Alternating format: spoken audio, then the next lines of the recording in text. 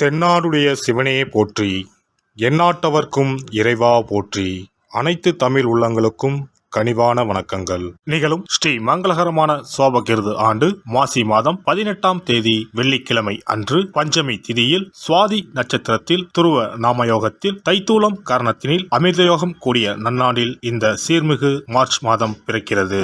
பிறக்கப் போகும் இம்மாதம் உங்கள் வாழ்வில் வளமும் நலமும் செல்வ செழிப்பும் பெற்று புதிய வாய்ப்புகள் புதிய வெற்றிகளுடன் மங்களகரமாக அமைய எல்லாம் வல்ல இறைவனை உளமாற வேண்டி விரும்பி கேட்டுக்கொள்கிறேன். இம்மாத கிரக நிலைகளை பார்க்கும் போது மேசத்தில் குருவும், கன்னி ராசியில் கேது பகவானும், மகர ராசியில் செவ்வாய் சுக்கிரனும், கும்ப ராசியில் சனி புதனுடன் சேர்ந்து சூரிய பகவானும் சஞ்சாரம் செய்கின்றனர். மார்ச் 2ஆம் தேதி புதன் பகவான் மீன ராசிக்கும், 8ஆம் தேதி சுக்கிர பகவான் கும்ப ராசிக்கும், 14ஆம் தேதி செவ்வாய் பகவான் கும்ப ராசிக்கும் இடப்பெயர்ச்சி அடைகின்றனர். இந்த கிரக அமைப்பினால் உங்கள் வாழ்வில் இம்மாதம் ஏற்படக்கூடிய சுப மற்றும் அசுப பலன்கள் என்ன என்பதனை பற்றி காண்போம். நடுங்க வைக்கும் குளிரோ தவிக்க விடும் வெயிலோ இல்லாமல் மிக இதமான சூழல் நிலவும் மாதம் இந்த மார்ச் மாதமாகும். பனிக்காலம் முடிந்து வசந்த காலம் துவங்க போகிறது.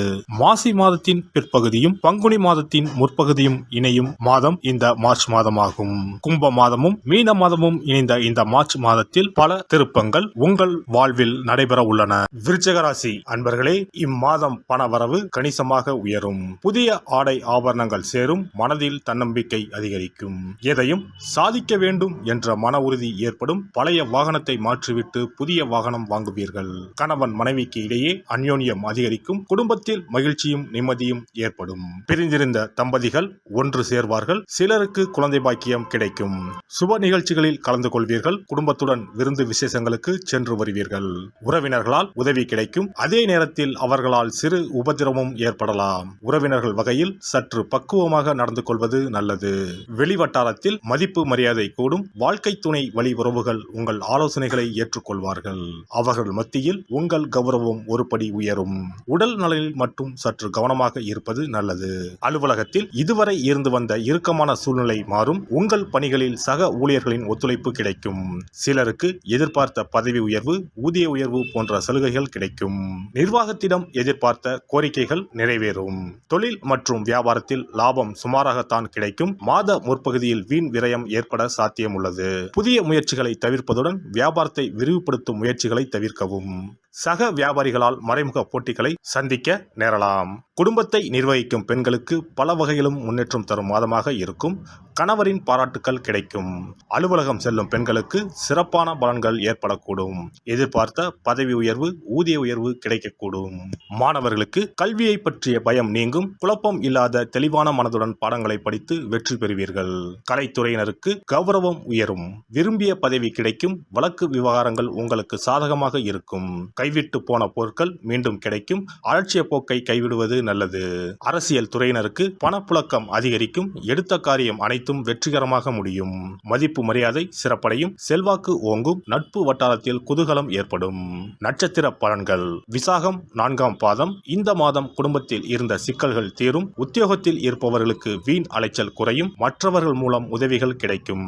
குடும்பத்திற்கு தேவையான பொருட்களை வாங்கி மகிழ்வீர்கள். கணவன் மனைவிக்கு இடையில் இருந்த கருத்து வேற்றுமை நீங்கும். அனுஷம் நட்சத்திரம். இந்த மாதம் வாழ்க்கையில் சந்தோஷம் அதிகரிக்கும். பிள்ளைகளால் கௌரவம் அந்தஸ்து உயரும். துக்கமும் துன்பமும் நீங்கும். தடைப்பட்ட காரியங்களில் இருந்த தடைகள் நீங்கி சாதகமாக நடந்து முடியும். தேவையற்ற மருத்துவ செலவு ஏற்படக்கூடும். வீடு பூமி மூலம் வரவேண்டிய வருமானம் தாமதப்படலாம். கேட்டை நட்சத்திரம். இந்த மாதம் வாழ்க்கை துணையுடன் விவாதம் உண்டாகும். தொழில் வியாபாரத்தில் ஈடுபட்டு இருப்பவர்கள் அவசர முடிவுகள் எடுப்பதை தவிர்ப்பது நல்லது. உத்தியோகத்தில் இருப்பவர்கள் வீண் அலைச்சலையும் காரிய தாமதத்தையும் சந்திக்க வேண்டியிருக்கும். காசி விசாலாட்சியை வழிபட எதிர்ப்புகள் அகலும். காரிய தடை. இனி இந்த மார்ச் மாதத்தில் மகா சிவராத்திரி எப்போது, இந்த நாளுக்கு அப்படி என்ன சிறப்பு என்பதனை பற்றி காண்போம். சிவபெருமானுக்கு எத்தனையோ திருநாமங்கள் உள்ளன. அவற்றில் மிக உயர்வானதாக சொல்லப்படுவது மகாதேவன் என்ற திருநாமம். மகாதேவன் என்றால் கடவுள்கள் அனைவருக்கும் மேலான கடவுள். கடவுள்களுக்கு எல்லாம் தலைவன் என்ற பொருள். சிவாய நம என சிந்திப்பவர்க்கு அபாயம் ஏற்படாது என்பார்கள். அப்படி கர்ம வினைகளில் இருந்தும் அனைத்து விதமான துன்பங்களில் இருந்தும் விடுபடுவதற்கு சிவனே கதி என சிவபெருமானை சரணடைவதற்கு ஏற்ற நாள் மகா சிவராத்திரி தினமாகும். மகா சிவராத்திரி நாளில் சிவபெருமானை முழு மனதுடன் உண்மையான பக்தியுடன் வழிபட்டால் நம்முடைய வேண்டுதல்கள் அனைத்தையும் சிவபெருமான் நிறைவேற்றி வைப்பார் என்பது ஐதீகம். கவலைகள் நீங்கி காரிய வெற்றியை தரக்கூடிய நாள் மகா சிவராத்திரி விரத நாளாகும். சிவபெருமானுக்கு உரிய அஷ்ட விரதங்களில் மிக முக்கியமானது மகா சிவராத்திரி விரதமாகும். சிவபெருமானின் அருளை பெறுவதற்குரிய மிக உன்னதமான புண்ணிய நாளாகும். ஒவ்வொரு மாதமும் தேய்பிறை சதுர்த்தசி திதியில் வருவதை மாத சிவராத்திரி என்றும், மாசி மாதம் தேய்பிறை சதுர்த்தசியில் வருவதை மகா சிவராத்திரி என்றும் கொண்டாடுகிறோம். நாடு முழுவதும் சிவ பக்தர்களால் கோலாகலமாக கொண்டாடப்படும் விழாக்களில் மகா சிவராத்திரி விழாவும் ஒன்று. இந்துக்களின் மிக முக்கியமான விரத நாட்களில் இதுவும் ஒன்று. முப்பெரும் தேவர்களில் ஒருவரான சிவபெருமானுக்குரிய ராத்திரியாக சிவராத்திரி கொண்டாடப்படுகிறது. இந்த ஆண்டு மகா சிவராத்திரி விழா மார்ச் 8ஆம் தேதி கொண்டாடப்பட உள்ளது.